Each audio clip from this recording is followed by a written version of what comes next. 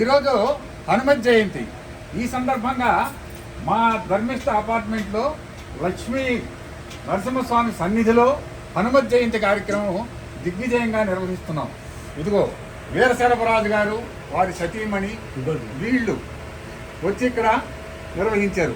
ఈ సందర్భంగా మన అపార్ట్మెంట్లో ఉండే వాళ్ళు అందరూ కూడా చూడండి, ఎంతో భక్తి శ్రద్ధలతో ఇక్కడికి వచ్చి స్వామివారిని సేవిస్తున్నారు. ఇదిగో ఈ సందర్భంగా మన నరహరి గారు, మన పంతులు గారు వీరొచ్చి ఈ హనుమత్ జయంతి విశేషాలను వివరిస్తారు. శుభమస్తు, అవిఘ్నమస్తు, అందరికీ శుభం కలుగాక.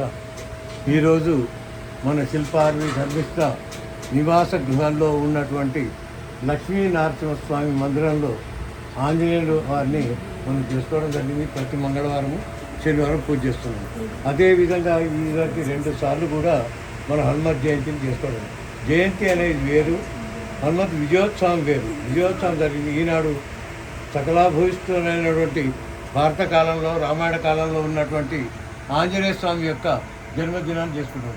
ఇది ఎందుకు చేసుకున్నాము అంటే, మనోజవం మార్తతుల్య వేగం జితేంద్రియం బుద్ధిమతాం వరిష్టం వాతాత్మజం వారణం ముఖ్యం శ్రీరామదూతం శిరసన్నమ్మ. జై హనుమాన్. ఒకసారి గట్టిగానండి. ఆ హనుమతి ఎందుకు చేస్తున్నాం? హనుమంతుడు చిన్నగా ఉన్నప్పుడు ఆ సూర్యుడిని ఒక పండు, యాపిల్ పండు, ఇప్పుడు పండు కోసం అభిషేకం చేస్తాం. ఆ పండుగతోని వెళ్ళి దాన్ని స్వీకరించడానికి ప్రయత్నం చేస్తున్న ముఖం కారిపోతుంది.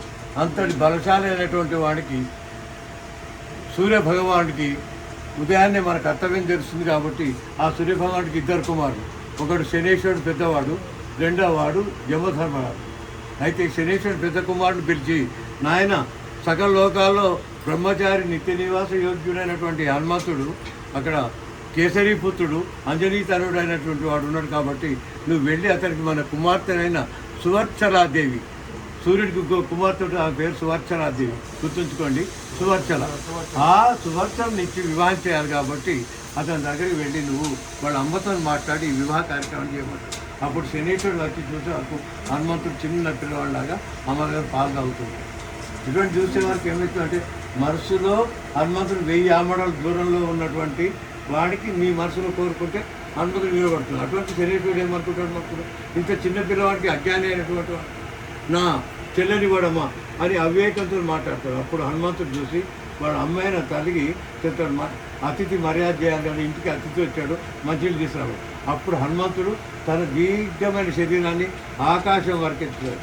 అందుకని అటువంటి హనుమంతుడిని ఈనాడు మన కొలువులో పెట్టుకొని పూజ చేసుకుంటూ అందరం భక్తి పారవశ్యంతో చేసుకుంటాం. కాబట్టి ఆ హనుమంతుడిని మనం భక్తి పారవశ్యం చేస్తే మనకు శనీశ్వరుని పీడ ఉండదు. ఎప్పుడు కూడా హనుమంతుని పాదాలు ముట్టుకోకండి. ఆ పాదాల మధ్య శనీశ్వరుని బంధిస్తాడు. ఆ పాదాల మధ్య శనీశ్వరుని బంధించి నా భక్తులు ఎవరైనా ఉంటే వాళ్ళ శనిపీడను ఉండొద్దు అని చెప్పి ఆ శనీశ్వరుని కాళ్ళ దగ్గర బంధిస్తారు. కాబట్టి అలాంటి పవిత్రమైన ఈ శుభదినాలు మన అందరం శనిపీడలు వదిలించుకొని హనుమంతుడు ఆరాధించి సకలాభిష్టం పొందమని. శతమానం భవతి శతాయు పురుష శతేంద్రియ ఆయుష్యే దివేంద్రియ ప్రశ్నిస్తాయి. జై హనుమాన్, జై హనుమాన్, జై హనుమాన్, జై శ్రీరామ్, జై శ్రీరామ్, జై శ్రీరామ్. ఈరోజు ప్రతి కార్యక్రమాన్ని ఉండి